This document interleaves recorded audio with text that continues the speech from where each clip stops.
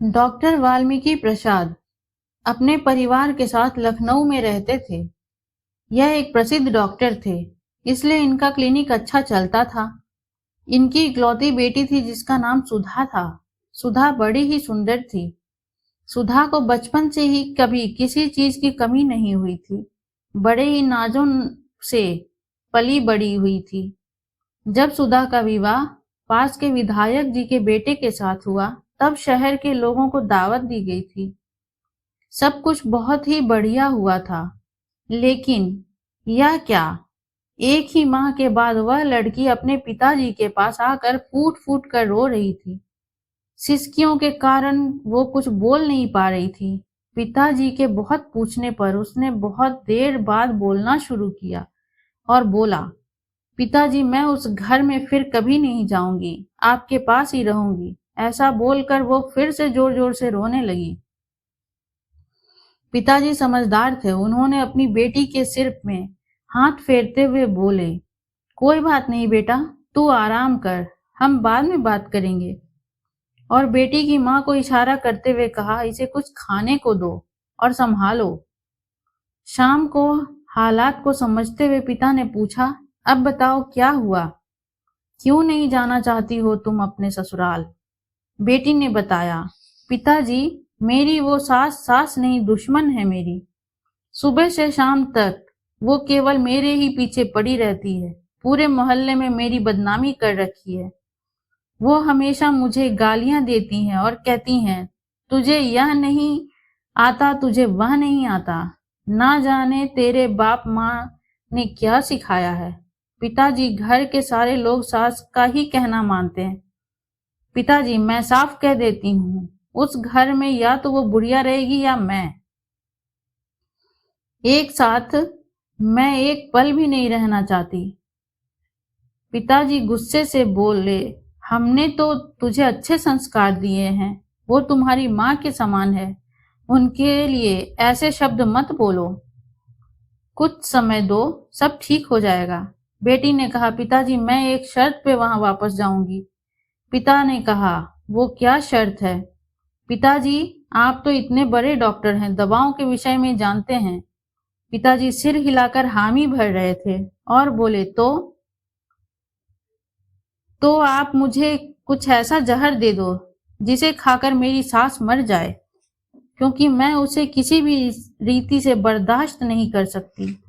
पिता ने कहा, बेटी, तुम्हारे ऊपर और समस्या आ जाएगी, उसके मरते ही पुलिस तुझे जेल भेज देगी। बेटी ने थोड़ा सोचते हुए बोली, हाँ, तो मैं तो ये सोची ही नहीं। पिताजी ने कहा, ठीक है, मैं तुझे ऐसी दवा दूंगा कि उसे रोज एक पुड़िया खाने में मिलाकर दे देना। लगभग 2 महीने में कोई भी थोड़ा थोड़ा खाकर इसे मर सकता है। इस पर कोई तुझे संदेह भी नहीं करेगा और तेरा काम भी हो जाएगा। बेटी की आंखों में तो जैसे चमक आ गई और कहने लगी, पापा, आप कितने अच्छे हो, और मुझे क्या करना होगा? पिताजी ने कहा, और देख, किसी को शक संदेह ना हो, इसलिए तू उनसे लड़ना नहीं, बड़े प्यार से रहना। वो जो भी कहें उसे मान लेना, क्योंकि वो 3 ही महीने की मेहमान होंगी। बेटी ने सारी बातें खुशी खुशी मान ली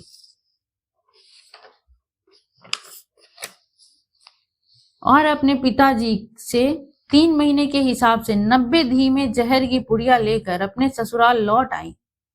अब प्लानिंग के हिसाब से रोज सासू माँ को खाने में एक पुड़िया मिलाकर देना शुरू कर दी और बड़े प्यार से घर में रहने लगी। अब सासू यदि गाली भी देती तो बहू पर कोई असर नहीं होता और वो बहुत प्यार से जवाब देती। लगातार 1 माह तक बहू के अच्छे व्यवहार के कारण सास का भी मन बदलने लगा। अब वह अपनी बहू को गाली बकना बंद कर दी और बिना बात के चिल्लाना भी कम कर दी।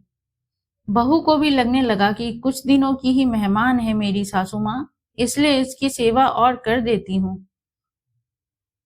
इसलिए वह रात को सासू के पैर भी दबाने लगी और सिर पर तेल भी मल देती थी।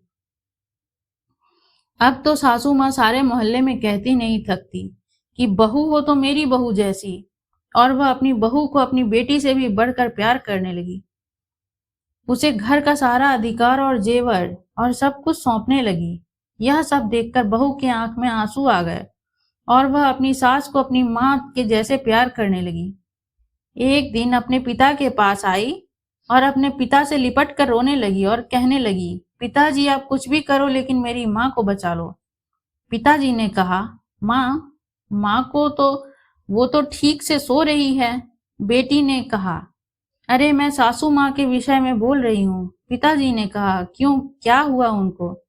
बेटी ने याद दिलाया, अरे पापा आपने जो जहर दिया था उसे खिलाते हुए 2 माह से ज्यादा हो गया है। 15 दिन में वो मर जाएंगी। मुझसे बहुत बड़ा गुनाह हो गया है।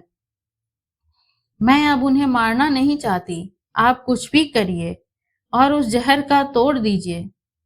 कुछ ऐसी दवा दीजिए ताकि उस जहर का असर खत्म हो जाए। वो रोए जा रही थी और पिताजी जोर जोर से हंस रहे थे। बेटी को कुछ समझ नहीं आया, पिताजी हंस क्यों रहे हैं।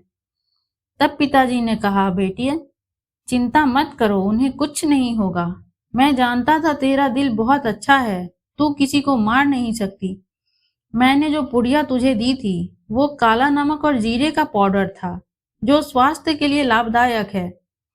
देख बेटा, यह दुनिया ऐसी ही है। हम जैसा इस दुनिया को देते हैं वैसा ही प्राप्त करते हैं। यदि हम दूसरों को नफरत देंगे तो नफरत ही पाएंगे। यदि हम लोगों को प्रेम देंगे तो वापस प्रेम ही पाएंगे। बेटी चुपचाप खड़ी खड़ी आश्चर्य से अपने पापा की बुद्धिमानी भरी बातें सुन रही थी और आंसू बहा रही थी।